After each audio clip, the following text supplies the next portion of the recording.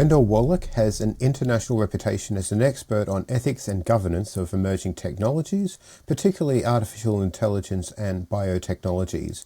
He is co-author of Moral Machines, Teaching Robots Right from Wrong, along with Colin Allen, who I interviewed last year. And also A Dangerous Master, How to Keep Technology from Slipping Beyond Our Control. So, yes, welcome Wendell Wallach. It's great to see you and speak to you in person. Thank you ever so much. My apologies to listeners. I may need to cough here and there as I have a bit of a cold. Yeah. Well, firstly, would you like to give us a bit of a background to, I mean, you've been around for a long time in the bioethics scene and have written some seminal materials on the ethics of artificial intelligence. So I think, you know more about your background than anybody else, so I thought I might give you the opportunity to do that. Well, I've lived a very idiosyncratic life. So I go back to 60s activism, 70s studying, meditating and studying spiritual practices in India, 80s and 90s, early computer consulting companies. In the 2000s, I had gotten into computer consulting because I wanted to get books out of my head and I hated whiteout. So I turned over my companies to the employees, and I got involved with the Yale Interdisciplinary Center for Bioethics, which had a new working group on technology and ethics. One thing led to another, and I was chairing that within 2 years. And for about a dozen years, I continued chairing that. It was kind of a glorified speakers program in that it brought in nearly everybody who was anybody in the world of emerging technologies. So we had all the people who are thought of now as the fathers of nanotech and Eric Drexler, neuroscience and transhumanism and artificial intelligence. Yep. So that, I jokingly say, I've had many incarnations in one lifetime, but that was such a vast subject area that in trying to get a handle on it, I fell into this question of whether machines might be capable of making ethical decisions. And that was also a question that Colin Allen had already been posing. So we joined together with a woman, Eva Schmidt, and began working on articles on that, and it finally unfolded into Moral Machines, Teaching Robots Right from Wrong.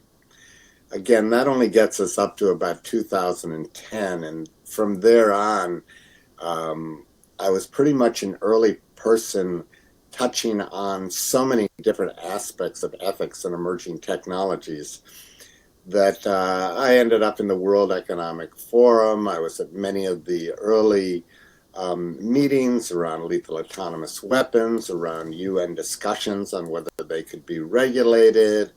I received a grant that was sort of, what shall I say, whitewashed Elon Musk's money through the Future of Life Institute, and chaired with Stuart Russell 3 working groups that brought together the leaders in artificial intelligence and the leaders in social scientific fields in engineering ethics and machine ethics and other such things. So here we are, at least 25 years in emerging technologies, which makes me one of the early birds, but also now an old timer in a field that probably has 40 to 50,000 practitioners, each trying to carve out a niche in some specialized field or other.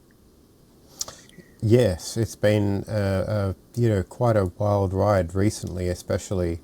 I did get to meet Stuart Russell at an IGCAI conference in Melbourne where I got to interview him. The Future of Life Institute doesn't seem to focus very much on AI ethics anymore. It seems very much about technical safety. They never really did. They were always focused on technical safety. They were always dominated by the scientists. And at their first conference, there was a few of us who were invited that were more on the ethics side. There was a couple people who were invited who had made a mark on technological unemployment, but it was largely the science. James Hughes. And so so they still have some interest in the ethics, but they're more involved in super intelligence. They're a little bit involved in helping quell or regulate lethal autonomous weapons, but they don't have this broad interest in what I will call the panoply of harmful or undesirable societal consequences of artificial intelligence already today. Their focus is a little bit more future oriented on superintelligence. Mm-hmm. Yeah, definitely. Well, so I thought we might break the interview down into sections, like what we're seeing today, what we can do about it, and what matters really underneath, in AI and what we might see in the future. So what we're seeing today, you and Colin Allen have been careful not to really equate sounding moral with actually being a moral agent, but recent comparative moral Turing test studies suggest that people may rate LLM moral responses as better than humans in some respects. And like as I mentioned to you before this interview started, that I've recently interviewed the lead authors on two of the major papers on this issue. So yeah, what do those tests really measure? Moral judgment, moral style, persuasive moral language, a combination of these, or something else, do you think? Well, I don't think they really measure any of that. I think they measure the extent to which some of what we think of as morals, particularly following rules or falling within acceptable normative patterns, is already captured in language. And particularly the generative AI models are remarkable in their success at weaving language out of this massive amount of weighted insights and concepts. So they're able to determine, let's say, what the most experts agree upon, or they're able to determine what is the norm that is societally respected, and therefore they can feed that back. But that's not moral intelligence in any way, shape, or form as far as I'm concerned. And the fact that these models hallucinate or come up with idiosyncratic mistakes that a thoughtful person would not is pretty much revealing of the fact that these are not systems that can be relied upon as having good judgment. Interestingly, Colin had already produced the paper in 2000 with Gary Barner and Jason Zinzer on a prognomena to a future artificial moral agent. And in there, they already recognized that if you were to have an artificial agent, it would have to be better at morality than humans, or it wouldn't be trusted. And I think that's proving to be doubly true. I think we're still in a universe where it's not a moral Turing test. It basically has to be a test where we show that the systems have the acumen that somebody with some depth of ethical and moral understanding would have. Right, and that might be a few things. That could be the ability to actually do moral reasoning instead of pattern matching across vast data sets. One of the issues of pattern matching is the issue is if there's out of distribution stuff that comes along. If the events they're meant to be processing aren't in their training data, then that could be bad. If there's counterfactuals that weren't addressed in the training data, then that could be bad, or they can hallucinate, or you don't like to use the term hallucinate, but yeah, yes, I think it's fascinating. hallucinate was a generous term. I think hallucinate was created by the corporations that wanted us to think that this was better than it is, and that these are anomalies rather than that these are actually intrinsic to the very methods the system is engaged in. So even if you think it's still an anomaly because you've been able to get good output out of a generative model for a half an hour or so, that doesn't alter the fact that what you think of as good output is still applying tricks that that don't suggest that the system in any way understands what it's doing. Mm-hmm. You mentioned that Colin said in a proclamor to an artificial moral agent that in order for it to be trustworthy or useful, it should be better than us at morality. Do you mean all of morality, or is this just the moral reasoning part of morality? Does it have to have a sentience, some kind of moral motivation? Well, I think that's problematic, and that's kind of what Colin and I developed much more of in our book Moral Machines that wasn't fully covered in the Prolegomena. I mean, obviously, some people would be happy with machines that came up with the appropriate normative response in all significant situations that it was deployed. So I don't think there's such a thing as all morality, unless you're talking about a fully autonomous agent. And I'm not that fully autonomous agent. I function within certain realms of understanding. I don't pretend to be able to parse through all the moral ramifications of different choices and actions. We happen to be in the midst of a war in Iran at the moment, and if I had been sitting at the table, would I have been able to discern all the secondary and tertiary consequences of bombing Iran? Well, I'd like to think I would have recognized some that the idiots who are deploying this war did not even think of. That's why I call them idiots, because they didn't really look at them, or they ignored those people who brought that to their attention. So I'd like to think I'm a little bit better at that. But when we talk about morality, morality is not some overlay that you put on reality. And that's often how it's treated. Morality is inextricably entangled with the very fabric of social life, and therefore has complexities for each application in each environment. So yes, it would be wonderful if you had a human being or a machine that could be good in all environments. And I like to think that perhaps some of us who can put aside our own prejudices and study what we do not understand or know when we're put in positions of asking for advice in a given environment, can do the research to understand more fully the entanglements in that.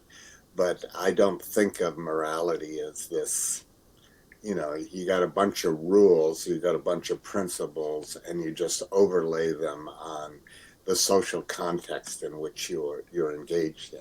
It's much more part and parcel of the very structure of at least the social reality we have created. And of course, that doesn't always accommodate the environmental reality we have created. Mm-hmm. Now, often ask people where they sit or how they lean metaethically in these sorts of debates, these discussions about AI ethics. Now, not everybody has a clear definition, but I thought I might throw that out there and see if you'd like to give it a shot. That's a great area. Where within metaethics would you like me to go? Would you like, because... Well, where do you like to go? I lean moral realist. Yeah. Yep. I think that, I think there's, at least in a sense that suffering is real, experience is real, and these things, although we can't pin them down quite scientifically yet, at some stage, with ideal science, we would be able to sort of look at these moral features and say, yes, that's what it is. And I think that good reasoning should yield results that approximate truths. And I think that these truths are stance independent in the sense that any agent with good enough reasoning capabilities should be able to come to similar approximates in the same way as I think other forms of reasoning. Well, I The same agree. ways. They should come to similar approximates, at least in terms of what we call the facts of a situation. Mm-hmm. Um, but there's always been a constant in ethics, which is usually referred to as the fact-value distinction. Yeah.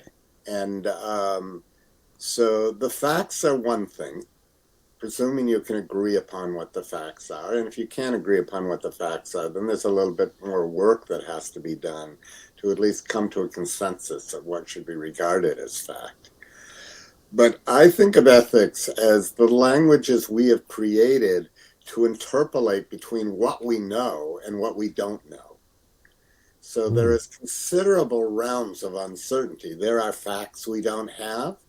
There are conditions we can't determine.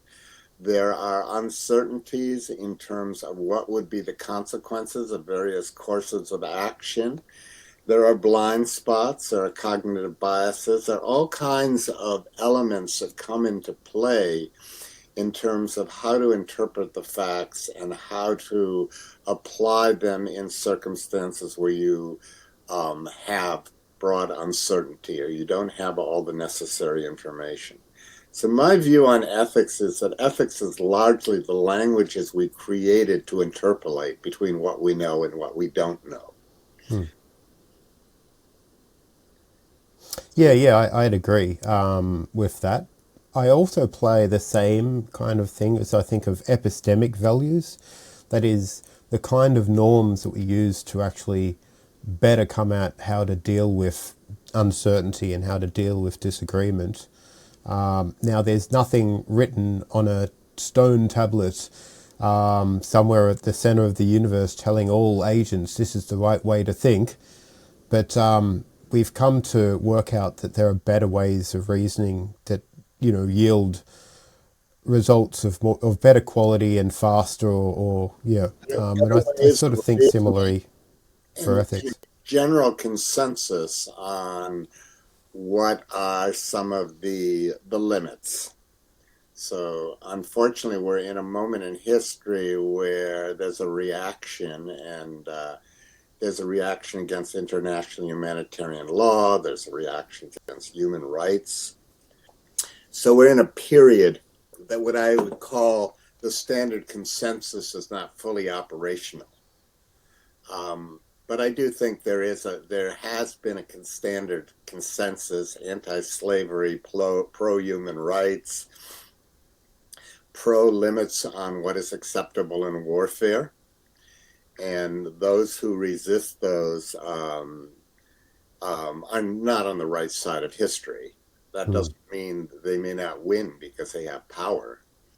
But history has very much been about how do we ameliorate power so that it is not insensitive to the fact that people hurt, that environments can be destroyed, that we could destroy our planet. But I also think there's another realm in all that, which, I mean, when you want to get into metaethics, then we also can get into metaphysics. And we can get into the fact that we are uncovering insights about the reality that we live in that are not fully assimilated by us psychologically. Sure. So even though the quantum domain, for example, is such a subtle domain that it's clearly not within our natural cognition, and there are debates about whether or not it really affects the level of reality that we are on in significant ways. The fact is we live in an understanding, a physical understanding of the universe, which is no longer Newtonian. Mm. And yet we have not assimilated that psychologically. Mm. Now, what that means about ethics and doesn't mean about ethics, I don't want to get carried away with it, but I think there are legitimate questions out there about whether what used to be called a soul, for example, now exists, now can be understood more in electromagnetic or field terms. Mm-hmm. And that may actually be playing a role in biological development. And now I'm not bringing that up to scorch realism or to undermine the fact that people suffer. The fact that there is a broad consensus on what is and is not appropriate. I'm just bringing that up because I think for people who are deep thinkers, there is room there for fundamental shifts in what has become our common ontological understanding of the world we're moving through. Mm-hmm. Yeah, I wonder how things will turn once we get to understand quantum gravity. So yeah, it's a lot to know, right? Right. I guess yes. So speaking about like reasoning as one of the ways in which we can sort of process ethics is reasoning about it. AI has been getting, at least performing well in math Olympiads. So yes, gold standard for Gemini plus. Yeah. The year before it got silver and it was calling math externally math objects. But the year before that and the year before that, people were really skeptical about whether AI would ever be any good at maths at all. Right. LLMs we're talking about here. So I thought they were inherently bad at maths. So that came to as a surprise to many. So if you were asked to design an international moral Olympiad, Right. do you have any thoughts about how you'd go about it? Yeah, that's not an easy challenge, and it's a great question, and to be honest, it's not one that I've thought about a great deal. Colin Allen, in his 2000 paper with Varner and Zinzer, they proposed a moral Turing test. Yes. But we also did a pretty good job dismantling whether a moral Turing test was any more effective than any Turing test in terms of evaluating the moral intelligence of an LLM or some other artificial agent. So I would want to, I would probably want to have elements within the moral aptitude test for an LLM. I would probably want to not only have the reasoning component, but I would like to have its affective perception. So that wouldn't be just reading emotions on someone it's engaged in, but perhaps also how good it was at a theory of mind, how good it was at deducing what was in the mind of the person it was interacting with. I would like to see elements in there that were good tests for consciousness. Now, those are not morality per se, but there was one thing I think super important about moral machines is we came up with a model for thinking about moral decision making, which also accommodated all of these things that have not normally been thought of as morality, things that we have taken for granted in humans. So being embodied, having a body, being embodied in a world, having a theory of mind, having consciousness, having empathy. The only one of what we call super rational faculties that had been given a lot of attention up to that point was emotions, which have been given attention for thousands of years in terms of moral judgment. But interestingly enough, we were writing that book at a time when there were a lot of little discrete pieces of research being done on what's referred to as moral psychology. So I would want to be testing the moral psychology, not just the moral reasoning capabilities of an LLM. And I think when you get into the psychology, you get much more situational. You don't just say, okay, it's not just a trolley car problem. What do you do if you're in a self-driving car and you come to a bridge and it's either kill the 5 people on the bridge or drive the car off of the bridge and kill you? That's that's not a question that has an answer, but it is a question that you can demonstrate good reasoning about what's implied in the various choices. But I think moral reasoning is something more than that. It's being embodied in a world, and it's having a relationship to a situation at hand. Now, that said, there's a lot of places where embodiment is secondary to reasoning. And maybe in all situations, it's secondary to reasoning. But I think it's more an equal partner than secondary. But obviously, when you're talking about public policy, when you're talking about corporate policy, when you're talking about something more than individual action, then yes, reasoning is going to direct the choice. And in that context, you're talking about probably a hybrid reasoning between parameters set by established norms and evaluation of the consequences of various courses of action. I've been adding a new wrinkle to that second part, and maybe we'll get to it as we go on, but it's a wrinkle that I call trade-off ethics. Yes, definitely. We'll get to that. I've got a question about the trade-off ethics later. But it's interesting what you said, that it reminded me of a thought experiment.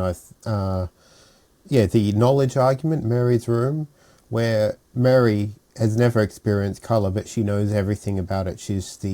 Knows everything there is to know about color, but had never actually experienced it. Right. Like you could imagine an AI version of this, where you have like a zombie-like AI that doesn't have sentience, can't feel, has never had a raw feeling, who's sitting there, knows everything about feelings and raw feelings, except has never experienced one.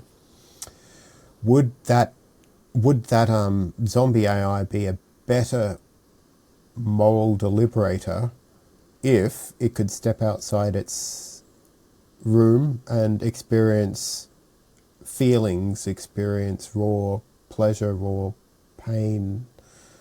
Would that help in its ability to deliberate?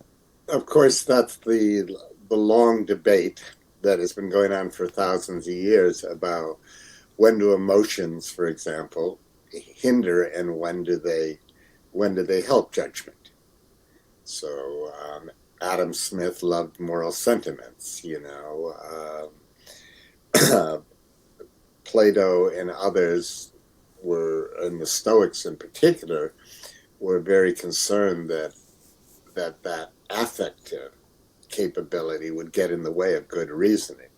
Aristotle was a bit more agnostic, it was kind of the right feelings at the right time in the right way. It could go either way. So I think we're in a universe where affect or moral psychology adds significant dimensions, but the question is, how does it get processed? In humans, it often gets processed through our prejudices or our cognitive biases. And therefore, it can be good, it can be bad, depending on what your particular psychological proclivities are. But I think that's also an element where self-understanding over the next 50, 100 years may shift dramatically, because we at least understand that we have cognitive biases. And we understand that we may even have racial and sexual biases. But whether we catch those in real time or whether we have the kind of self-understanding that those just don't function as buttons that others can push to manipulate our judgments and actions, and we have a degree of self-understanding so that we are not totally manipulated by the ads that Facebook throws our way, that's yet to be revealed. I happen to think there's real hope in that direction, but that's also because I'm somebody who meditated for many years. Self-understanding has been as much a part of my reflections, not whether I have self-understanding, but to what extent self-understanding is even possible. And I think it is. I think it is to a certain degree. Danny Kahneman, who is one of the founders of this whole world of cognitive biases, Dan and Tversky, Danny was more skeptical that people can demonstrate that kind of awareness of their cognitive biases. But I remember pushing him on it one day, and he acknowledged that, yes, it was possible. He wasn't being a total cynic on that, saying that we were totally determined by our cognitive biases. Mm-hmm. Yeah. That was a seminal book, Thinking Fast and Slow. But you've written an article, co-authored an article, which relates very much to what you were saying, automating the banality of evil and the human side of alignment failure. And in the article, it says that banality and the radicality of evil, and you've warned that AI could automate both subservience and organized lying and misinformation campaigns that tap these biases that we have, right?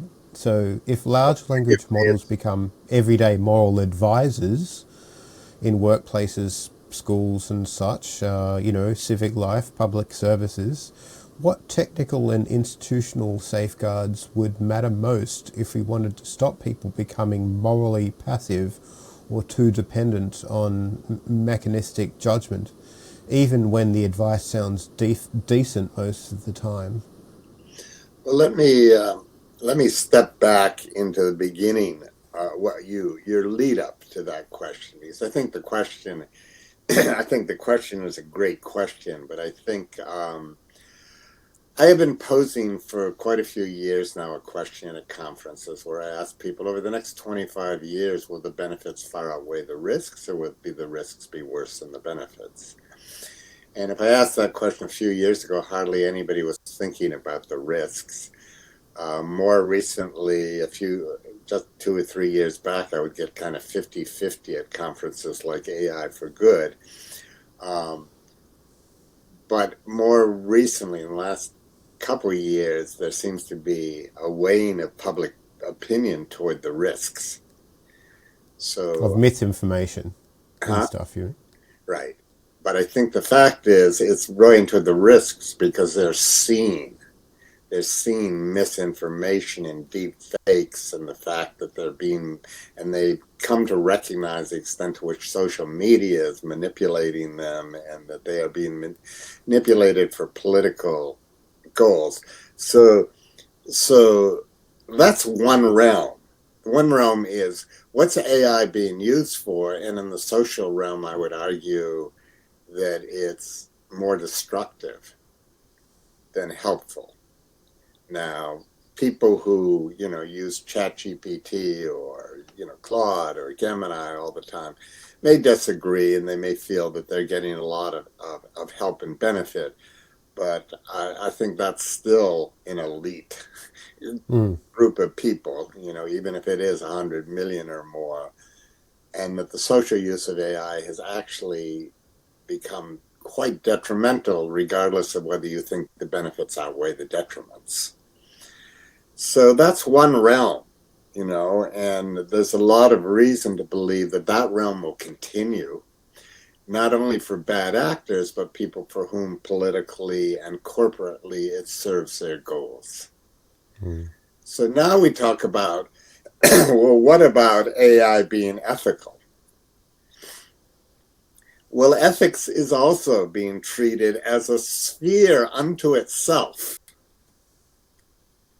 And when I mean a sphere unto itself, well, if you wanted an ethical AI and you developed an AI that was ethical, maybe in the particular context, it would give better advice than most people would give for the vast array of practical applications. But what does that mean when ethical AI is not really what the name of the game seems to be? Or that the talk of ethics is often corporate whitewashing, while the deployment of applications that make money is the name of the game for them. So now the problematic is that the safeguards are not just to get ethical AI. The safeguards are very much upon restraining the immoral uses of artificial intelligence. And is the cat out of the bag? I don't know, but I think that requires a societal reform that is quite dramatic, where you don't let lethal autonomous weapons fly without having meaningful human decision making in the loop. That you penalize companies for algorithms that are largely about manipulating their clients for the good of their customers, meaning or their shareholders. The shareholders or the corporations who advertise with them, or so forth. So we're getting into a realm now, and it's part of the problem is the ubiquity of AI and the fact that AI talks about every realm of life. But this is not some simple thing of putting in a few safeguards. This is probably going to require a major social reform movement, and we aren't even close to that at this point. You know, there are very few people who even think about this comprehensively. So when you're talking to me, I'm not seeing it just in terms of you put in this safeguard and that safeguard and all is going to be well. But that said, there are places we could start. For example, I've been championing for quite a few years now the international governance of AI. So I think there are certain issues that might be manageable on an international level that are not manageable on a national level. And one of those would be scams.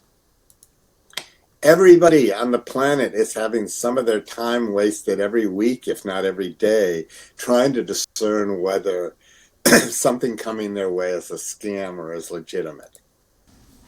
So the point I'm really making here is we're all wasting lots of time dealing with scams. And we might be able to start the international governance of AI by, for example, having an international law against scams. Whether that wouldn't stop all scams, nothing will, but at least it could probably lower the overall number of scams and be a benefit. But we're always in the realm of bad actors. We're always in the realm of corporations that will find ways of working around any constraints you put upon them. I was kind of happy to see that Anthropic sort of pushed back against the American government, pressing them on doing automated warfare and mass surveillance of US citizens. I thought that was a good sign. Of course, then we had OpenAI, who basically, forged their own deal. I mean, I think we should call it exactly what it is. OpenAI likes to look ethical, but they aren't. They have demonstrated over and over again that they will compromise their ethics for a corporate advantage. Whereby a lot of the industry said this was the time to stand behind Anthropic OpenAI didn't when Altman was accused of being an opportunist in this moment. He did at least slip a codicil into his agreement with the government that that their technology could not be used for mass surveillance. But we all know that was pretty empty. Right. I mean, this may be getting a bit into the weeds of what happened, and there are arguments whether Anthropic did what it did was a business decision, because there are companies that have made decisions that they're going to be on the ethics side of the game because certain customers will like that, rather than on the feeding into the corporate governance side of events. Mm-hmm. Mm-hmm. Yeah, time will tell what the landscape of AI ethics on in large frontier labs will look like. I'm really hoping that Anthropic survives, for sure, or at least the Anthropic that we know today. So yes, now we've been talking about what we can do about the issue of some of the issues that we're seeing, AI control in the near term and what helps and what backfires. So you've argued for practical AI governance tools, but you've also warned against control measures that make things worse. So if you were to look at the next few years, what two measures do you think really buy us time and reduce risk? Well, I mean, I think there should be an international ban on lethal autonomous weapons, and it should make it clear what meaningful human control constitutes.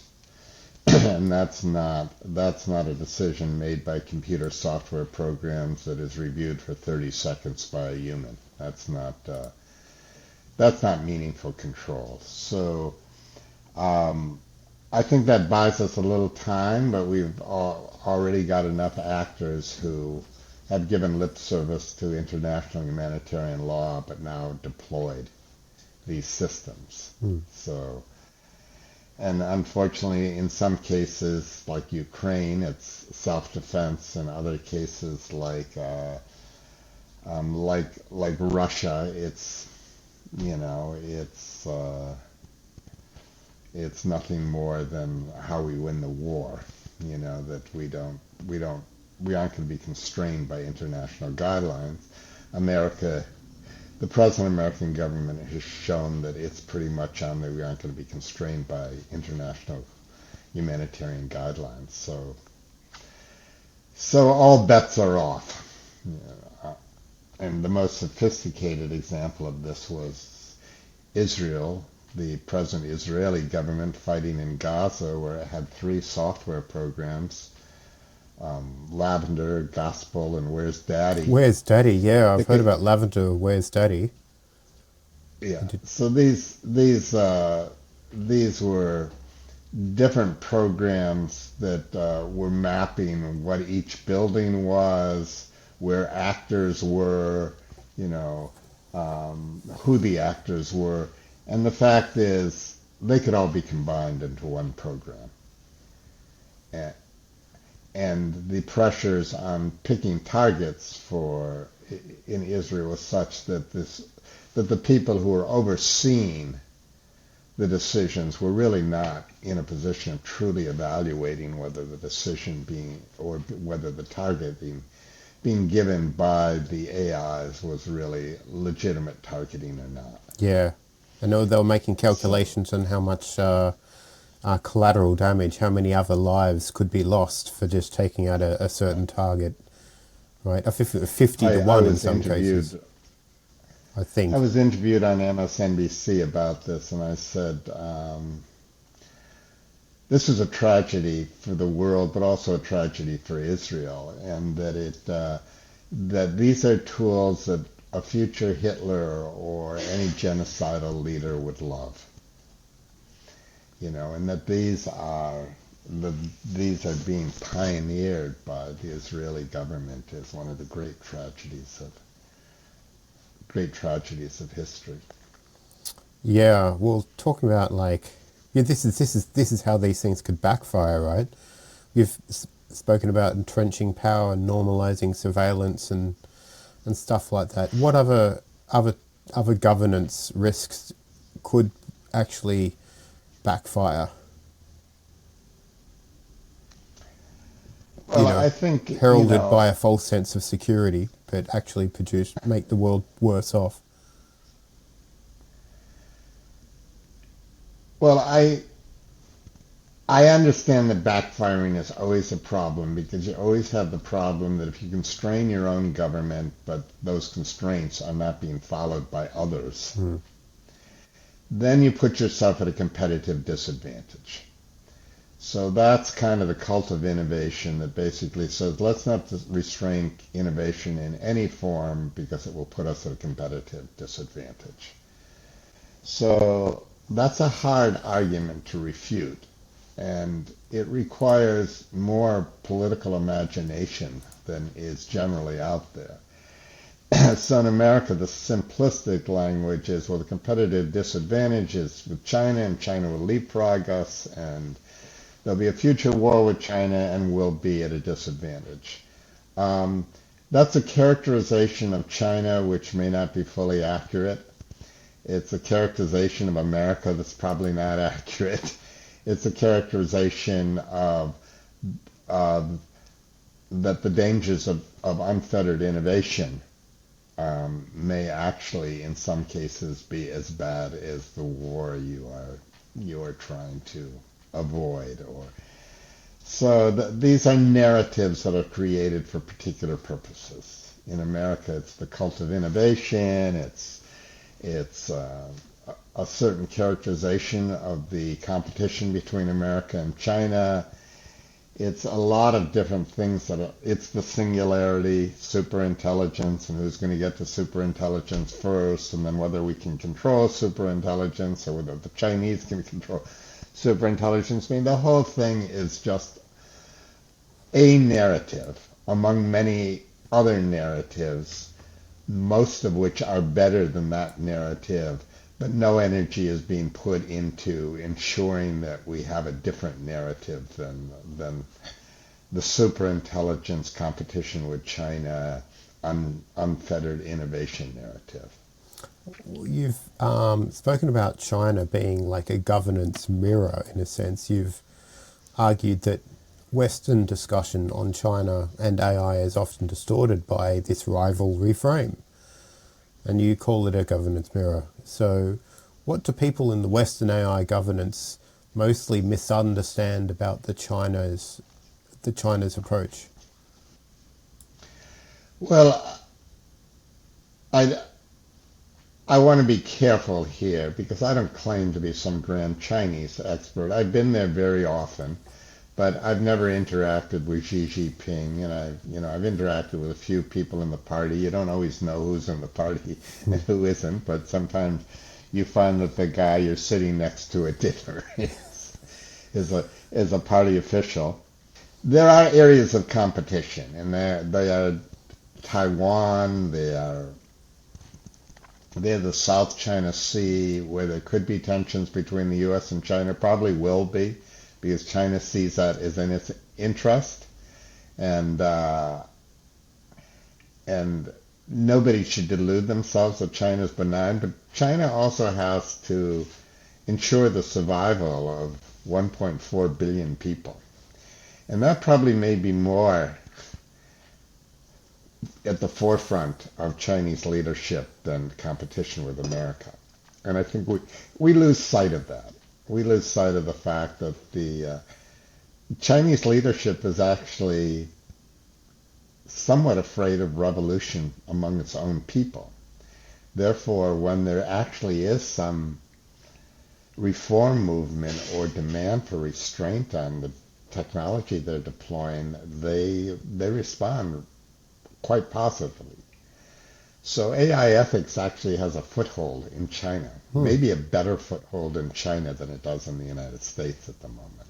Right now. Whether it's a better foothold than in Europe, I don't know. But the Chinese government has the luxury of being able to make propose a constraint and put it in place, which is much more difficult in democratic countries. But the fact is they are putting certain constraints in place. And the other thing about China is they're playing the long game. They aren't playing the short game. So it's not about every little knee-jerk reaction to the West, because they're pretty confident they're going to win this competition in the long run. I think history will have a lot to say with what happens in the long run, and things will happen historically that nobody can predict. Mm-hmm. And some of those things will be created by AI, for better and for worse. Mm-hmm. Mm-hmm. What would real cooperation with China and other countries look like without sliding into some wishful thinking on, or one-sided post-war, So the question is, Well, I think, what would real I think cooperation look like? It's like cooperation with anyone. You agree to disagree on certain issues. I've actually been in a meeting in China where Madame Fu Ying, who was basically the foreign secretary of China, who we would think of for many years, she convened this meeting, and it was around where the tension points exist between the U.S. and China, and the West and China. So, and it was a pretty realistic discussion about these tension points exist. What's the likelihood that they're going to flare up? And it was almost a recognition, well, there are these tension points. We agree to disagree on what should happen in the South China Sea, for example, whether China can really declare that its own backyard or whether that's international waters and under international rules. But you then go on and you work on what you don't disagree upon, what is in your mutual self-interest to work on together. And you try and put some parameters around those areas where you disagree to ensure that those don't become flashpoints. Mm-hmm. So the most likely flashpoint is that China invades Taiwan. But Taiwan has an awful lot of military capability at this point. It won't be a simple thing. And if China invades Taiwan, they're also going to destroy Taiwan. Probably Taiwan's semiconductors will be destroyed, which destroys one of the great prizes for China, but also sets back the whole world, because we don't have substitute for Taiwan semiconductors. So I'm not trying to say that China doesn't want. It's very clear that Xi Jinping wants Taiwan to be part of China, but the likelihood of him invading is not great, or if he does, it's going to be because the West has shown its weakness, because we've dumped all of our missiles on Iran, for example. Then that creates temptation there. So I think international multilateral affairs have not changed that much, but there's a difference between viewing your competitor as your sworn enemy and therefore ratcheting up tensions between you step by step, because you have to counteract what they do and they have to counteract what you do. That's much worse than trying to engage in good old negotiations, clarifying where the flashpoints are and trying to come up with at least some ways of ensuring that the flashpoints don't turn into a major conflagration. Mm-hmm. So are there any Chinese governance strategies that Western institutions should study more seriously, even if they didn't want to copy them wholesale? Well, I think there are. I think we should look much more closely at what they're doing in AI regulation and whether some of that makes sense for the West and how it constrains China, doesn't place absolute constraints on a government that is really controlled by one party, But a lot of that does place constraint on the social deployment of AI and ensures that the societal deployment of AI is in the citizenry's benefit. We don't have that right now. We have an absolute mess. I mean, the license given to corporations, the extent to which we have misinformation and exploitation of citizens is disgusting. Totally immoral. I mean, this is kind of a side story, okay? But I'm not somebody who is of the belief that X is Y and is good and Y is bad. So, in some people's views, socialism is good, capitalism is bad, and vice versa.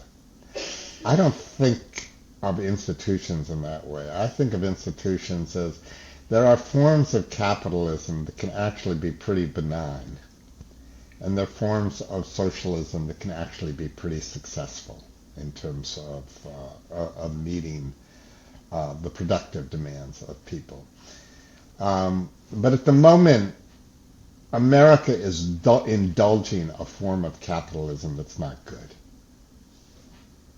It's basically it's basically giving all benefits to the capitalists at the expense of the public, and it is not making the corporations that are reaping unbelievable rewards, it's not making them responsible through taxation or any other guidelines for the societal impacts, the negative societal impacts of the technologies that they're getting rich on.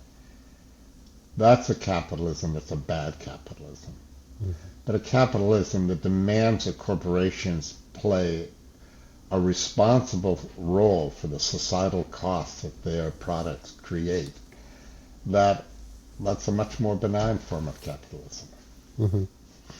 So, on international governance, you've outlined an international AI governance model with registries, neutral oversight, and rules that leave the final say to corporations. Yes, if geopolitics stays ugly and trust remains low, what's the minimum international governance package that you think is still worth building? Well, I see it a little bit differently. I think minimal is minimal, and minimal is giving free rein to destructive forces that we will pay for. I don't know whether we're going to pay for it in the collapse of the international system or collapse of the financial system or breakouts of major wars. We still don't know where this Iranian conflict is actually going and who all is going to be pulled into it. Russia's advising Iran, but they aren't fully pulled into that war. But what happens if they jump into the war, for example? So I think the road we're on is not good news. It's not about minimal governance. It's actually probably about a need for major reform. And we are in a moment of history. My friend Jim Clark likes to refer to it as a bridge period between one civilization and another civilization. Mm. And the question is whether we can get through this period with minimal harm, or whether we are going to actually witness tremendous ugliness. By 2050, the UN expects us to reach 9 billion people on this planet, but we could also reach 6 billion people with all the pain and suffering that represents. So I think we're at a period where we need major reform movements, and it's not just about patching up. It's not just about putting Band-Aids on institutions which are dysfunctional, but it's about being creative in reforming those institutions. And that includes multilateralism, that includes guaranteed income should technological unemployment become widespread. That includes an upgrading of ethics, which happens to be the piece that I'm most engaged in. What would be an evolution of ethics that is not only defensible but gives us tools for dealing with the complexity of environmental and technological and distributional issues that are now plaguing us. Mm-hmm. Well, in your recent work, you've talked about trade-off ethics, and we mentioned this briefly at the start and towards the start of the interview, but a trade-off ethics that honestly prices the downsides of it, right? Not just, says, hey, look how good this is, but how would you explain that idea? Well, I don't think it's so difficult. I mean, I'm not a utilitarian in the sense that I believe that it's just the consequences that determine what is the greatest good for the greatest number. But I do think the consequences sometimes are determined by deontological values, by accepted norms. But all I'm saying is that when you look at a course of action to deal with a problem, one thing technologists understand is there are often many solutions to a problem, not just one.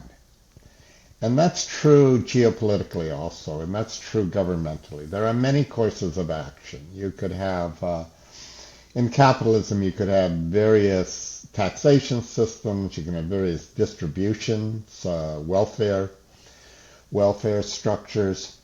So all trade-off ethics is saying is look at both the benefits and the risks or undesired societal consequences of a particular course of action.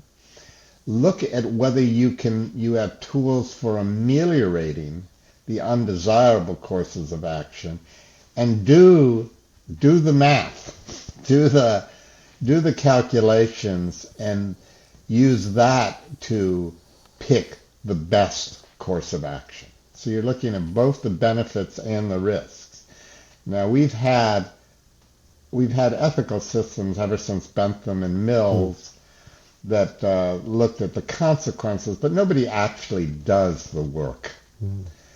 It's kind of people are hiding the trade-offs because they're just too hard to measure or too inconvenient to look at? And I'm wondering whether maybe we're at a time where it's not as inconvenient and we can use a combination of human brain power and computational systems to, at least when you're talking about national and international policy, to look at the trade-offs more closely, to look at which ones we have schemes for ameliorating them, whether we can forge a pathway where the ameliorations are built into the course of action we take. And that's always been the problem with ethics. Ethics isn't just about this is right and this is wrong. It's really about how do you maximize benefits and minimize risks.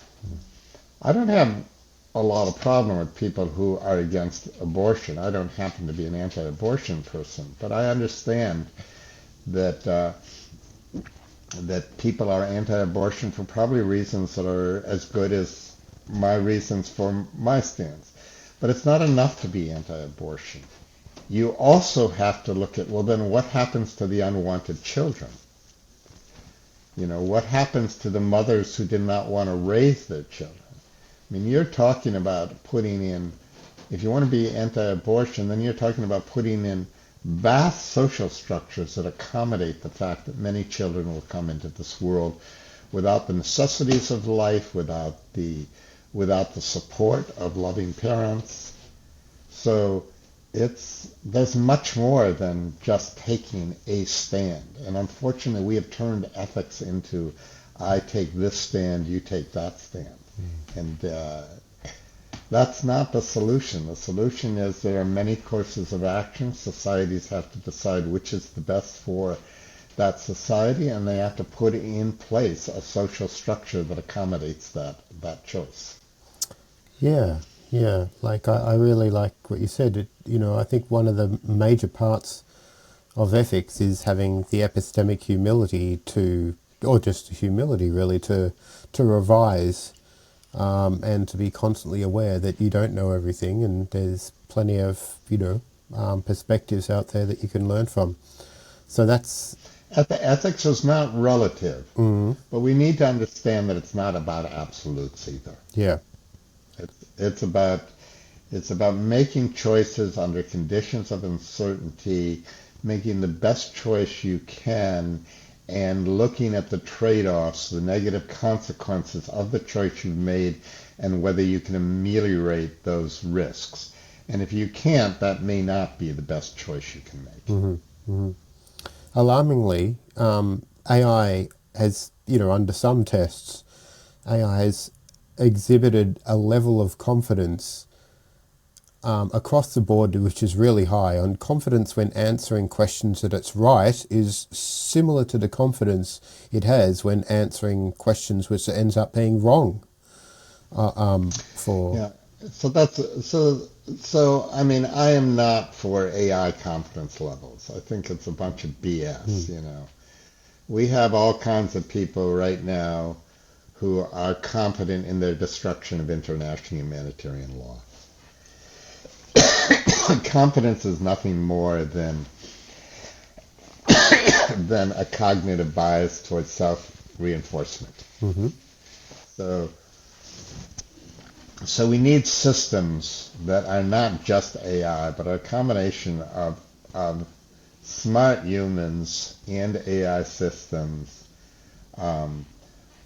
able to engage in dialogue with each other and finally leading toward a resolution that hopefully is a consensus, but if it isn't, then the intelligent or informed human trumps the AI system. Mm-hmm. That's a whole new way of going about decision making. This is a cybernetic approach, in a sense. It reminds me of. In a sense, it is. It's it's how do you manage the control systems, and I think we may be ready for that. I don't think AI systems, for example, can't outline for you what all the different courses of actions can be, but what all the different trade-offs might be. But actually, humans can. They can tell you, well, look at this course of action, and then look at what might be the detriments of this course of action. The AI can do work on that.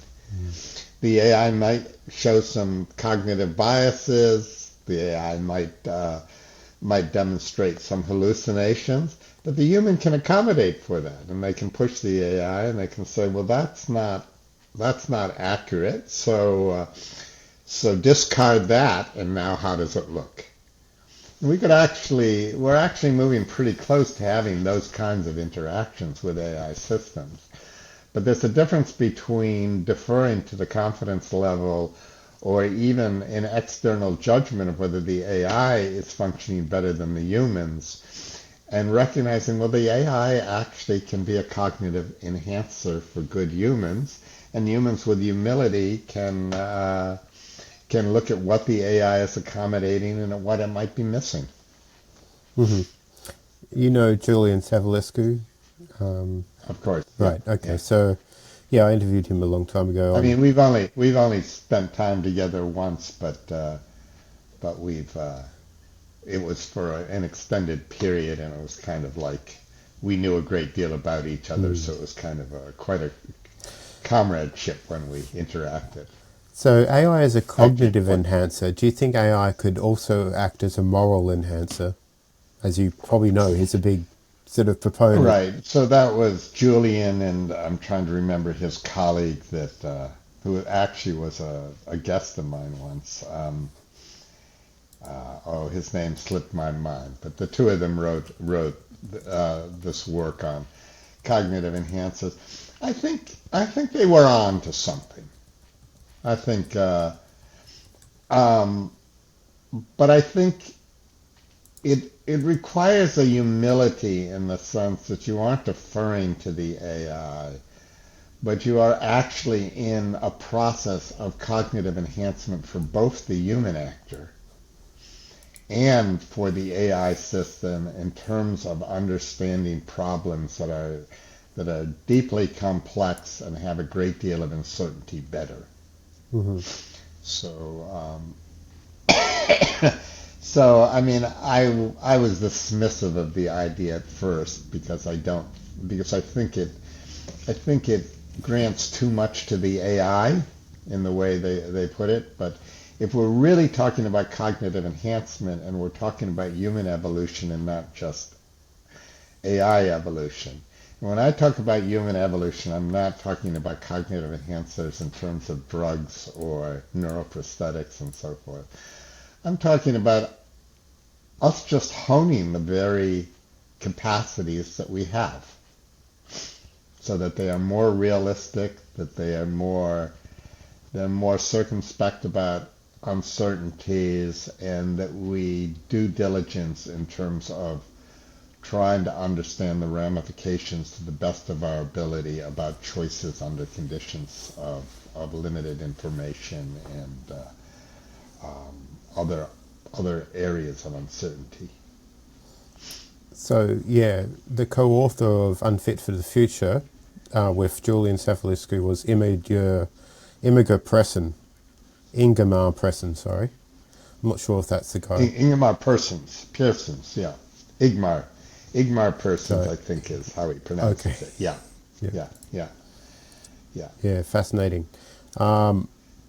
Well, he sort of ran with this idea even more than Julian, but I think Julian's now referring to it again.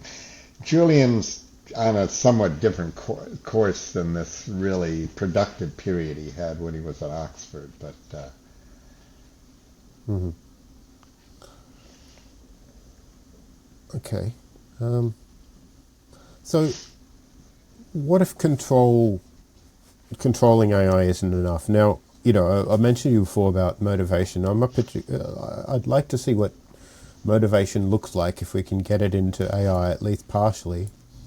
So, if control doesn't work, if it isn't enough, I don't think you can get motivation into AI. Let me be clear here. I haven't seen anything that says you can get motivation into AI, or if you get motivation in it, you got the paperclip problem. Motivation for AI will never be aligned with human values because it's not human. And it does not have the cognitive and affective architecture to be able to factor in so much that is intrinsic to human motivation. So there's a difference between AI that is motivated for its own survival and AI that is motivated to protect human survival. mm-hmm. And the notion here is that you're going to get AI to align its motivation with human motivation. There's no reason to believe that that's true. That's just hogwash, and that's just kind of wishful thinking that those who are desirous of having their artificial general intelligence spew forth as a way of legitimizing their projects. But they have no way of proving that that's true. They have no way of demonstrating that. And the very project is a distraction, in my viewpoint. It's not what we should be working on. AGI or the motivation problem, or both? Both. Okay. AGI without motivation is not AGI. Mm-hmm. AGI without moral intelligence is not AGI. I mean, we've created this fanciful notion of an artificial general intelligence, which we get away with because we compare it to an average human being with all their foibles and flaws, and therefore, yes, it has artificial general intelligence, and yes, it may even be better than the average human in certain realms of moral reflection, but it does not have the capability for what I would call rich human intelligence or wise human intelligence. If artificial general intelligence is being smarter than humans, my calculator 30 years ago was already smarter than me when it came to math problems. That's just kind of a narrative that is distorted. And that's why I've been talking over and over again about moral intelligence and trying to argue that you are not really working on moral intelligence. You're working on calculated moral analysis. But that's not moral intelligence. Moral intelligence is about biological beings that have needs and concerns and hurt and care and empathy and a lot of other positive traits. Is that all humans have? No, we have greed and fear and a whole flock of undesirable traits. But moral intelligence is largely about how do we transcend those. Hmm.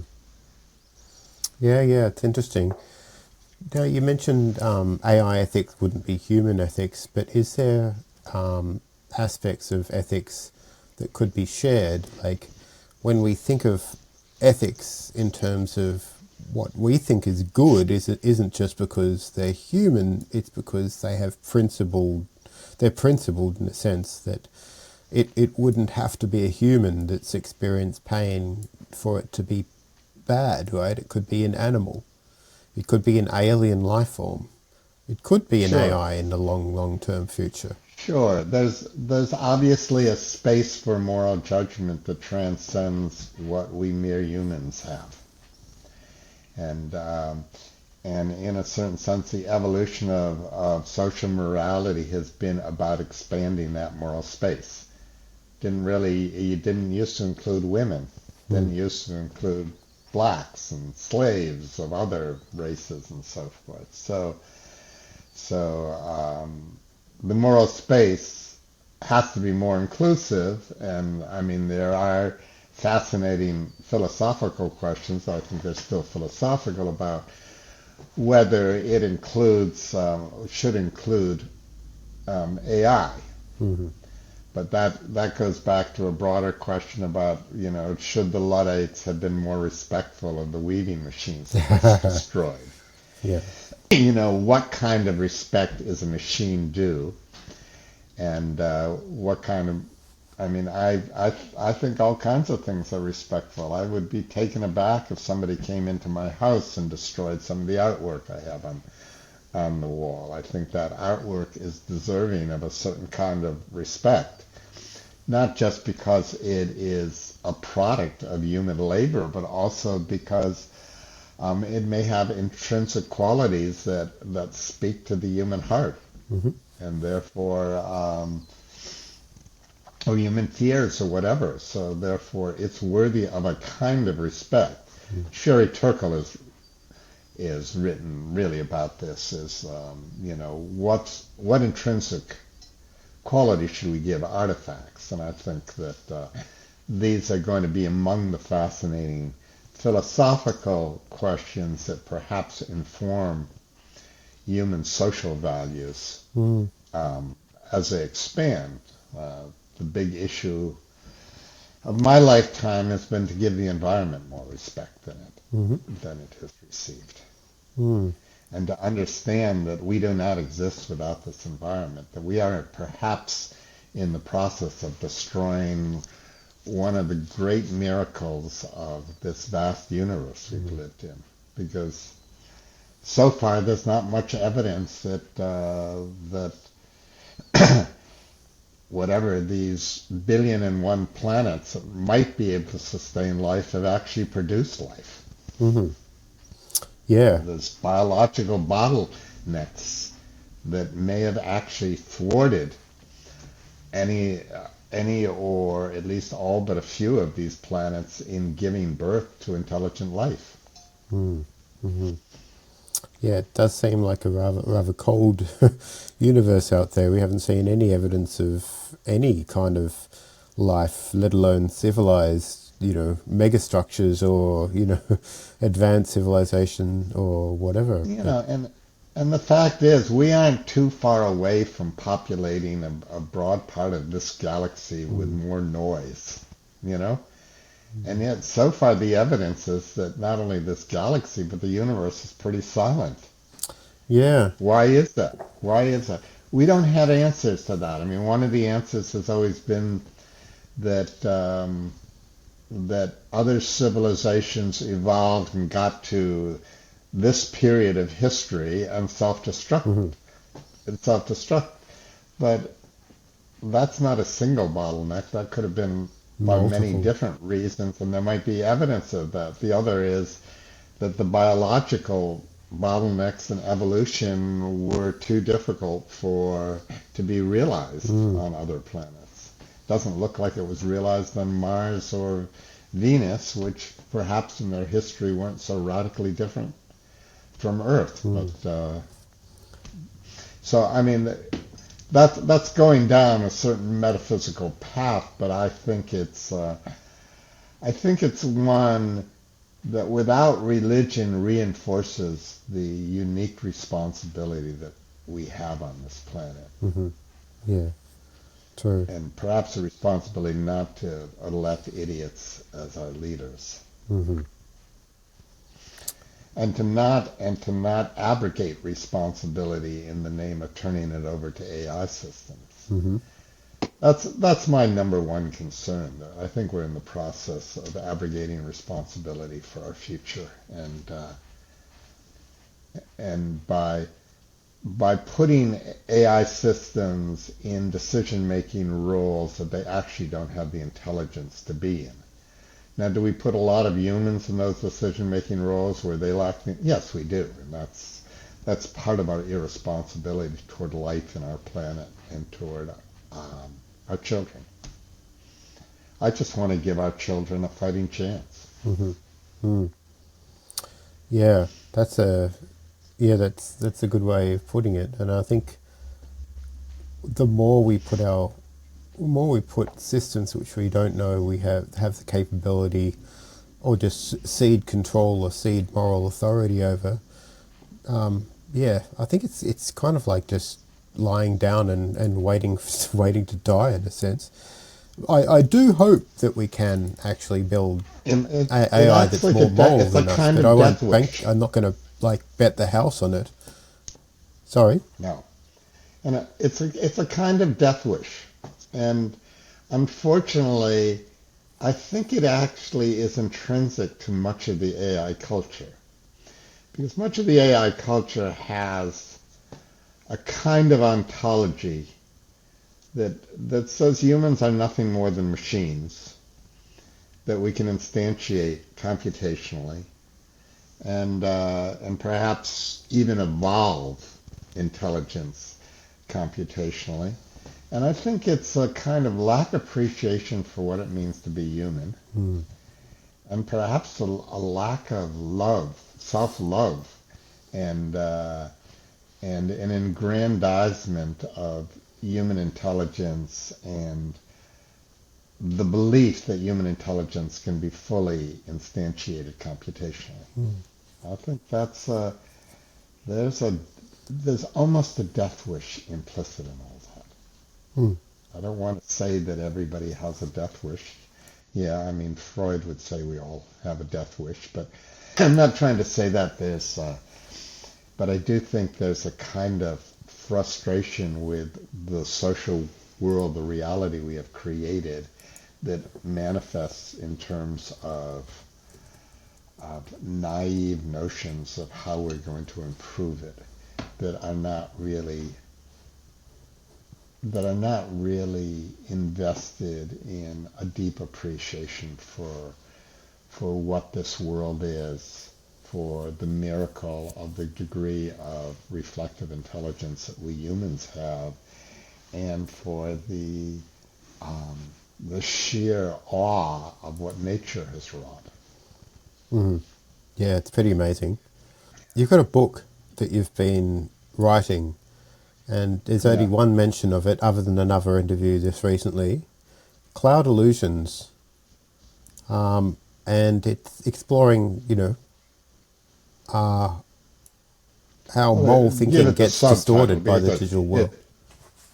It's Cloud Illusions, Moral Intelligence in the Digital Age. So it's really about, the evolution of morality and self-understanding, and governance as ways out of this, but it's also how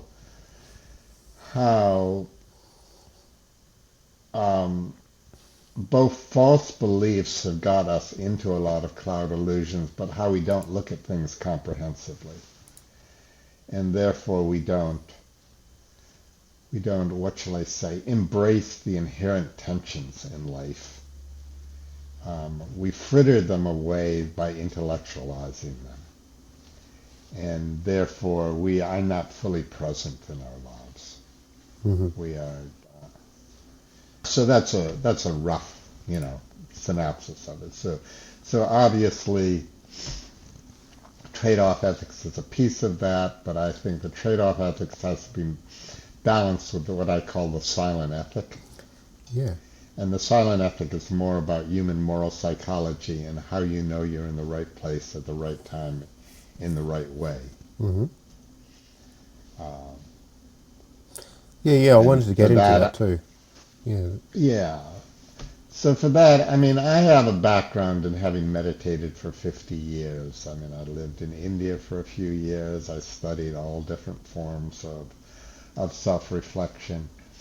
And I think the key to a lot of that was that there's a tension between thinking and perception or being present. Mm-hmm. And that we overly indulge thinking, often to the level of distraction, or to becoming caught up in frivolous thought patterns, and that presence usually embodies itself in a relatively quiet mind, in just being present and perceiving.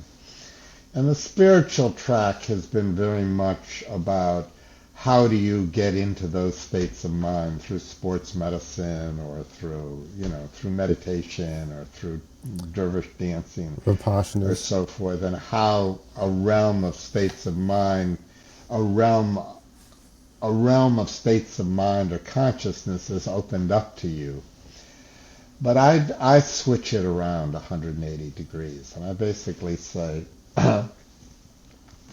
if that's what it means to be present, then the reality is that we aren't present most of the time. And the trick in most spiritual practice is to recognize where you are, your level of distraction, or that you're caught up in your thoughts. And that sort of helps diffuse those processes. They fall away. But why can't we use that for moral decision making, in the sense that in making a difficult decision, move toward those choices that take you toward a relative quiet, meaning that aspect of the problem you no longer have to think about. And if you do that in stages, you will both come to a kind of inner quiet and a presence in your own life, but that will also give you some direction on what you may have been trying to work through analytically or through your reasoning processes. So I look at this as a complementary thing. I've never seen anybody write about ethical decision making in this way, but I think the silent ethic is critical to making better decisions and toward the evolution of human self-understanding. Right. So the silent ethic is, we've had this language constantly going on. We're shuffling symbols. This silent ethic is more about sort of trying to not be distracted and not be at the mercy of constant well, I wouldn't say it's trying to not be distracted. I think it's through the recognizing that you are distracted, and through that recognition, you have begun to be attentive to the reality, and the energy that empowers the distraction gets diffused. Mm-hmm. But trying not to be distracted easily turns into the repression of thought and thinking, Mm-hmm. which probably becomes the illusion, the cloud illusion of presence, but the presence is distorted because it's constantly there's constantly this world of repressed thoughts Mm-hmm. that are impinging upon your consciousness and what you actually think and that distort your actual perception. Civilization and its Another way of saying discontents. that is ensuring that we're hallucinating. Right, yeah. It sounds rather Freudian. Well, I think it has relationships to all kinds of different schools of thought. So I mean, I think there were intimations, there are intimations in Jung, there are intimations in Freud, there are intimations in Vedanta, there are intimations in Buddhism, there are intimations in all different kinds of psychological analysis of what's going on within the human psyche. Mm-hmm. Do you think there could be an institutional version of this silent ethic? In a sense, I mean, if we try to thread this back to to AI governance, what would it look like? Well, I think that's a wonderful question. To be honest, I've never thought about it. I mean, I'll try and think aloud about it a little bit, but it's a question of could the AI approximate a silent ethic without having a full-fledged human-like psychology, right? That's kind of Yeah, that's part of it. Yeah. that's kind of a way of thinking about it. And I think if you did the full analysis and you had enough of the facts about a situation, then it might become clear. I've always said that without uncertainty, if you had all the information you needed, then perhaps the right thing to do would be apparent in most cases. So let's say that you had enough of the information and the AI did all the analysis and it said, well, clearly this is the best option Mm-hmm. in the trade-off ethics we have. There's minimal harm that we can ameliorate if we put these secondary and tertiary systems in place. We ameliorate most of the harms, and we can do that with this action, and we can get this degree of benefits and ameliorate this degree of harm. So it's really a much better course of action than our other ones. Then that probably becomes an analytical equivalent of the silent ethic. That's why I say the silent ethic and trade-off ethics are probably complementary. Mm-hmm. They're not, and that's why I don't really play up the trade-off ethics divorced from the silent ethic. I think that moral intelligence requires both self-understanding, moral psychology, and good moral analysis. Mm-hmm. Do you think institutions can have that level of self-understanding? I don't know what an institution is. Like an organization or like a corporation or a government? There was this problem when the field of sociology came into being, where there were academics who argue, well, there is no such thing as a society. There's a collection of individuals. And I think that's the problem here. I think institutions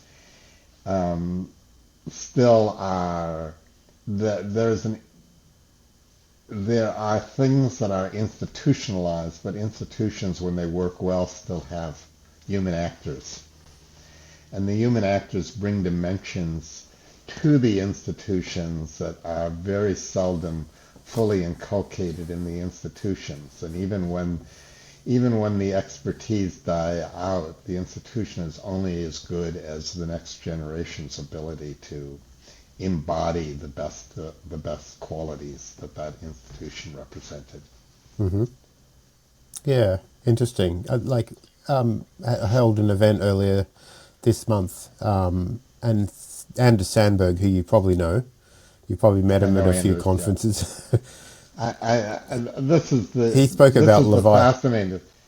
You know, those of us who have been in this world for 15 to 25 years, we know each other. It wasn't that large a community. I Mm, mean, there's some colleagues refer to me as a godfather of AI ethics. mm, And, you know, I get that title because I go back far enough that there weren't that many other people around, and I was one of the few who was trying to think of it comprehensively rather than just in pursuit of one ethical or another ethical goal, you know. mm, So you know, Anders, Julian. I mean, these are all names that deserve to be part of a history of the ethics of emerging technologies, mm, or you know, the ethics of an evolving humanity. mm. Well, yeah, he's great. He's one of my favourite futurists. I've gotten to speak to him a fair bit, but he spoke about a cyborg leviathan, and so this is incorporating the human element, and the post-human element, into the big sort of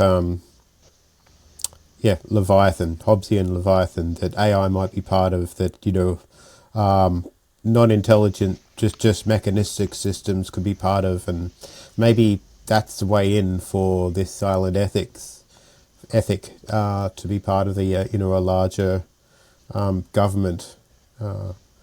So if Anders was here, what would you say to him about how this silent ethic might contribute to the cyborg leviathan?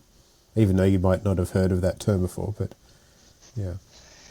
Yeah, no, I mean, I would have to think about that more. I mean, that would probably be a conversation that we'd have to unravel a little bit, you know. Mm, So I can have my opinion, mm, and my opinions are fully biased toward what I would call the wise human element.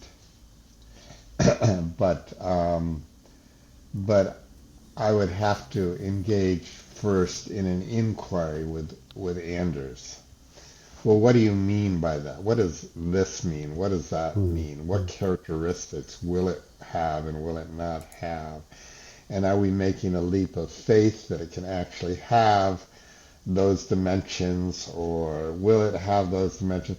So it's almost like we would have to first unravel what we're talking about, to what extent it is fanciful, you know, or highly speculative from where we sit right now, and therefore whether we can presume that it has certain elements. And if it doesn't have those elements, then I would still want to see room for the wise human element in it all. mhm, So I think we get too quickly into this simplistic conversation about futures based on stories we tell ourselves about what will occur without actually doing the work to understand what that is. So we were talking about artificial general intelligence and superintelligence 20 years ago already, but suddenly people started doing some real parsing. You know, well, what do you mean by artificial general intelligence? And what would be the intelligence explosion? Could that happen within a week, or would that require, 50 years once you each? And suddenly we ended up with this vast body of thought trying to look at different scenarios and parsing away different concepts. And in that realm, then Nick Bostrom sort of picks up all these different threads of thought and tries to organize them into a book, and we have Nick Bostrom's Superintelligence. But I mean, I was in those conversations well before that book came into being, mhm, and I sometimes read this line and say, "Oh, this was X's idea, and this is Y's idea," And I think this is what happens: is that we put out a broad concept that seems rich on the surface, but we have not really parsed the actual structure and character and assumptions that are built into that concept. And we haven't done the meta work to understand whether the assumptions are warranted or not. Mm, mm, mm, So I try and be a little careful. I'm an opinionated guy. I have my opinions, but I also understand that I've sort of taken on a certain role. So I'm a little bit more skeptical than most about presumptions of where artificial intelligence is going and what it will be, and a bit more concerned about whether the appropriate sensitivity to the societal impact and harms is really being given its due. mm-hmm, mm-hmm. But that's the role I'm in, and therefore my knee-jerk opinions tend to be more critical than naively embracing. Mm-hmm. So is this stuff you cover in your Cloud Illusions book that you're going to be doing? You know, I get caught between wanting Cloud Illusions to be pretty tight and limited and thinking that there's all this other stuff. But I'm also learning how to write a paragraph that has volumes in it. You know, so I hope to be comprehensive in the sense that I'm anticipating all of this without being inaccessible by going into too much in detail. Mm-hmm. Is there any particular illusions that you focus on in this book, or that you will focus on in this book, that you want to discuss? I think the core illusion, and Cloud Illusions refers to the Joni Mitchell song, Both Sides Now. Oh, okay. You know, it says, I've looked at life from both sides now, from in and out, and still, somehow it's life's illusions I recall. I still don't know life at all. Or I've looked at clouds from both sides now, from good and bad. And so I think the biggest illusion is our infatuation with our thoughts and our lack of appreciation that thoughts move in concepts, and every concept has inherent weaknesses. Hmm. And and a concept is often defined by its weaknesses and often needs a complementary concept when you get into a more comprehensive structure. So I think the main illusion is infatuation with our concepts, lack of recognition that our concepts by their very nature distort the reality we're moving through. And therefore we need to find ways of embracing opposites and the inherent tension that's there if we are going to be present in our lives. Mm. So I think that's the core illusion. But yes, it's not just concepts. In the song,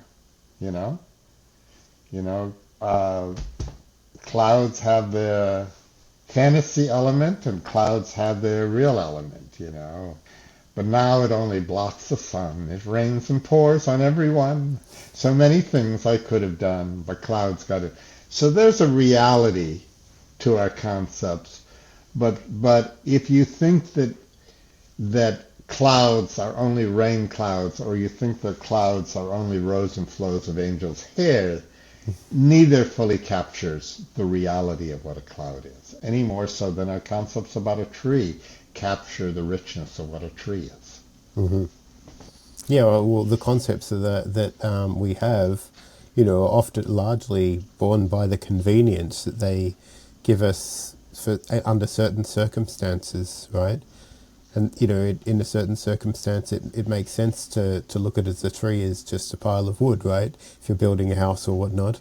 But if you've chopped down too many trees and there's not enough chance for them to grow back, then you shouldn't just think of them as like, wood to build houses. Yeah. And now we've got them as, carbon capture, machines and stuff like that. I mean, they take on more and more dimensions. Yes. But the point is, I don't know what a tree is. I have certain apprehensions of a tree. I have certain appreciations for a tree in its many states. Hmm. And I think that's the illusion. We don't really understand what this reality is. And sometimes you have to descend into quantum physics even, or, or biology or something to understand how little you understand about the reality we're moving through. We don't really understand our brains to understand what we are and what we aren't conscious of. And therefore, where our consciousness is actually a good representation of the world we're moving through and where it's a limited representation Hmm. of the world we're moving through. I mean, it looks like our mechanisms evolved for survival and procreation, and for that reason they are actually lying to us, Hmm. in certain respects, or are not fully functional when some of us are transcending the biological limits of our body through healthcare and you're no longer a burden on the society if you're a diabetic. It's not it's just something else to be managed.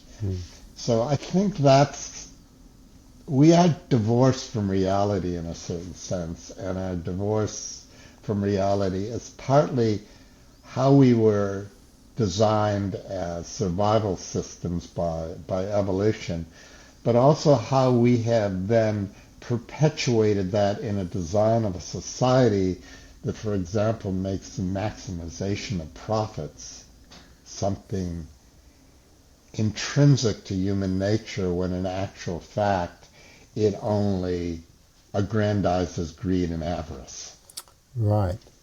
So yes, I mean we've got these proxies of value that we try and hoard, like money or status or houses, Ferraris or whatever.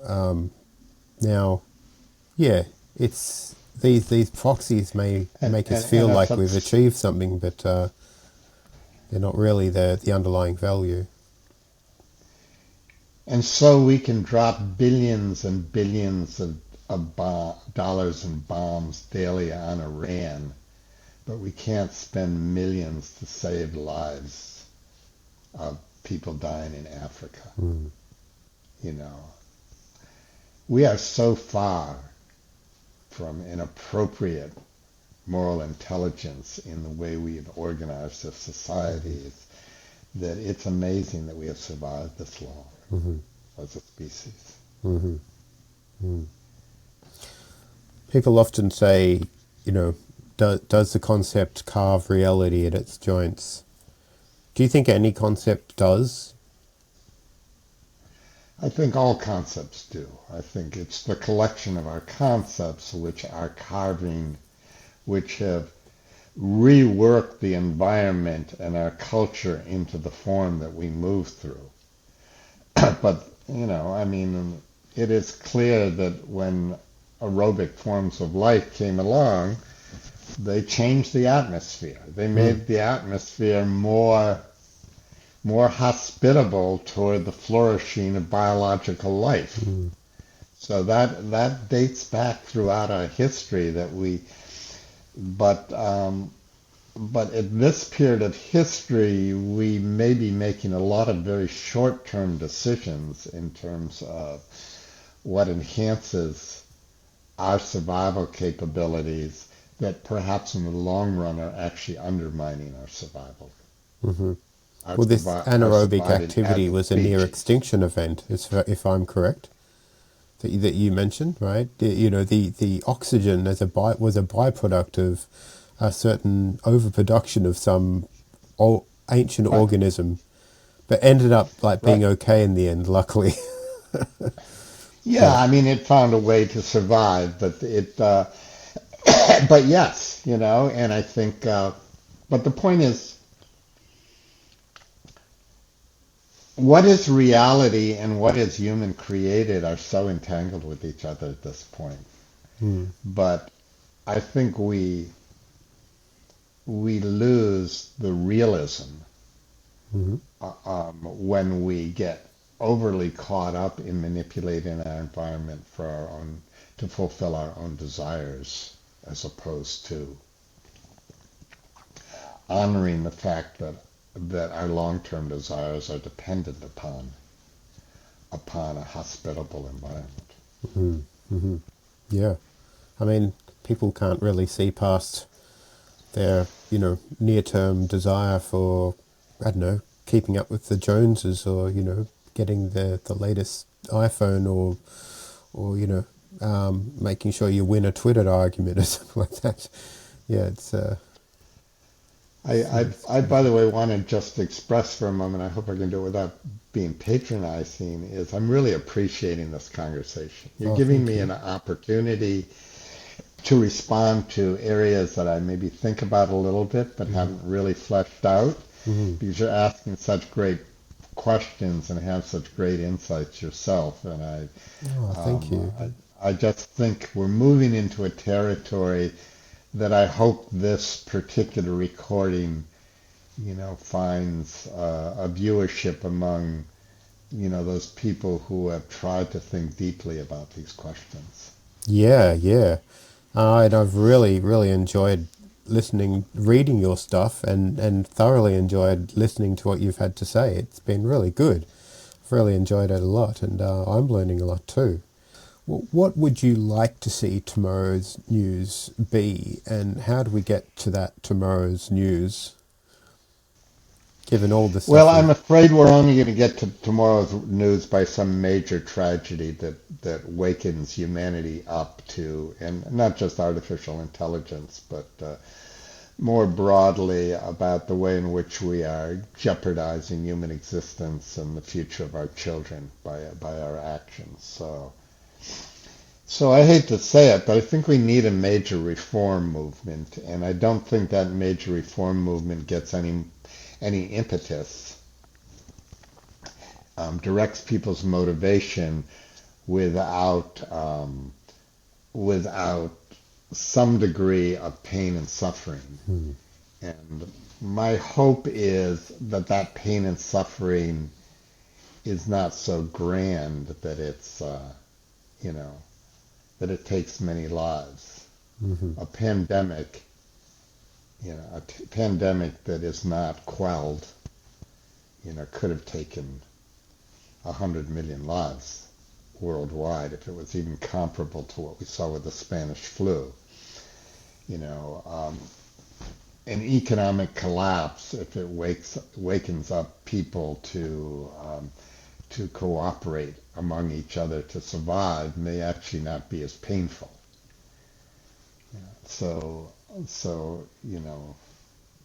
I pray that we get a reform movement out of a crisis that minimizes the amount of pain and suffering, but is adequate to wake us up. And but my fear is, I'm a cup half full person, but I'm not an unrealistic cup half full person. I think we'll find a way. That the challenges will come that will wake us up. But I do fear that we will reach 6 billion people before we reach 9. And I think, I wouldn't mind if we stagnated around 8 point whatever we are right now. But I think my point is something else. My point is that I probably won't be doing much different than what I'm doing now if we move in the direction of 6 billion people, because at least 6 billion people is not 5.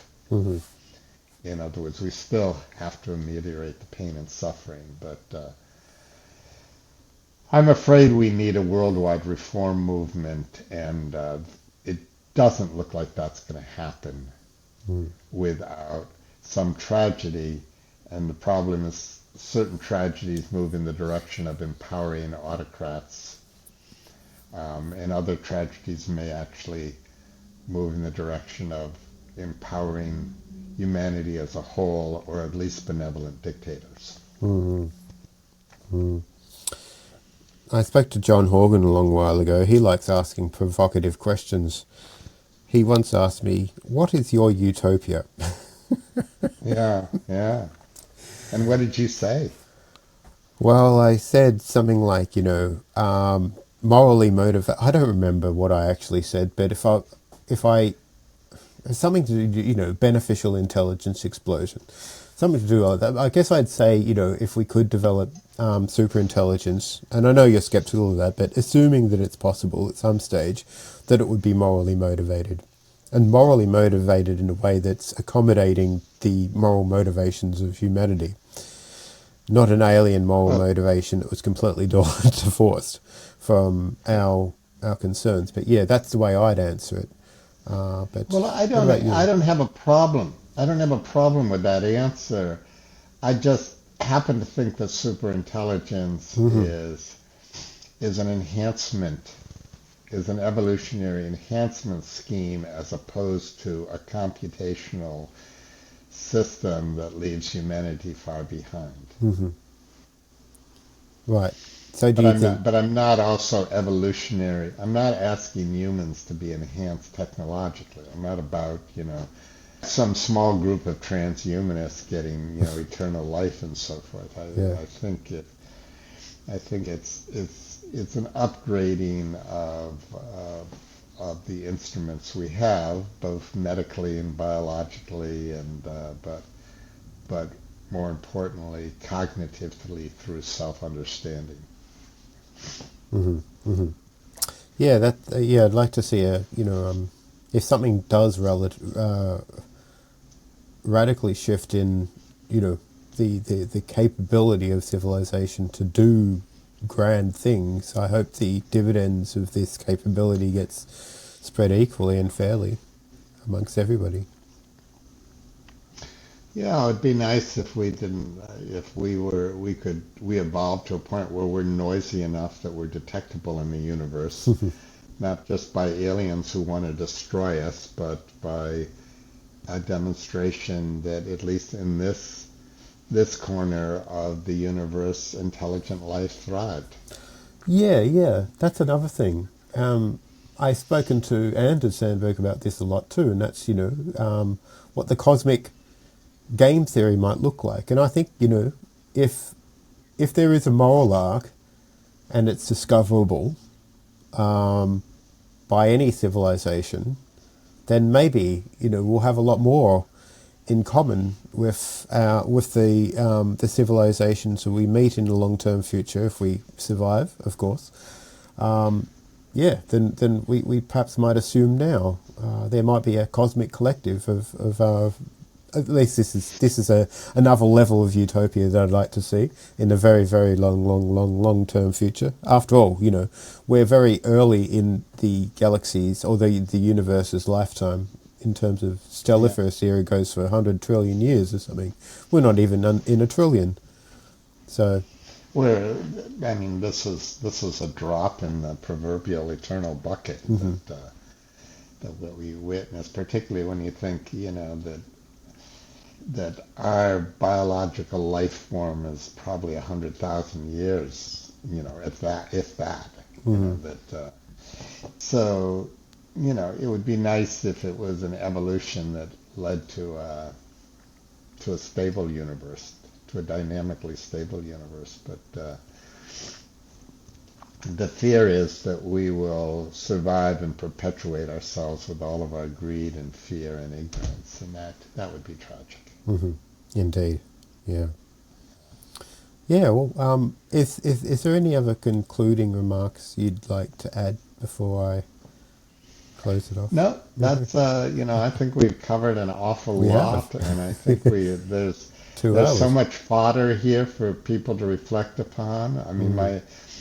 my sense is that there's actually a fairly large community of people who are reflecting on aspects of this conversation here or there, and they need a catalyst. They need catalysts like this podcast that might help them think a little bit more comprehensively about this moment in history and how sometimes even just placing a seed can flower with broader ramifications than they might hitherto thought. But it's it seeds within a comprehensive appreciation of life and human intelligence that we need to be planting.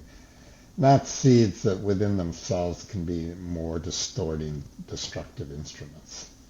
Mm-hmm. Mm-hmm. Wonderful, and that's a really good last thought. I appreciate the time and the energy you've spent and the endurance you've had with this sore throat that you've had throughout the interview. So appreciate that a lot. Yeah. I'll give you a side story, which was that a friend of mine talked about going to a lecture going to a dinner where Winston Churchill was going to talk. And Winston seemed to be like sleeping through dinner. Mm-hmm. And then, but then it came time for him to talk. And he gave a brilliant Winston Churchill talk, as he always could, and then immediately collapsed at the end of it. So I may be one of those machines that you can turn on, Mm-hmm. and is able to transcend the biological limitations, Mm-hmm. but maybe I'm going to need a nap soon after this. Yeah. Me too. It's Well, you will. 12:30. You're in the middle of your night, so Yeah, by all that's right. means, get some rest. It's all right. I can handle it.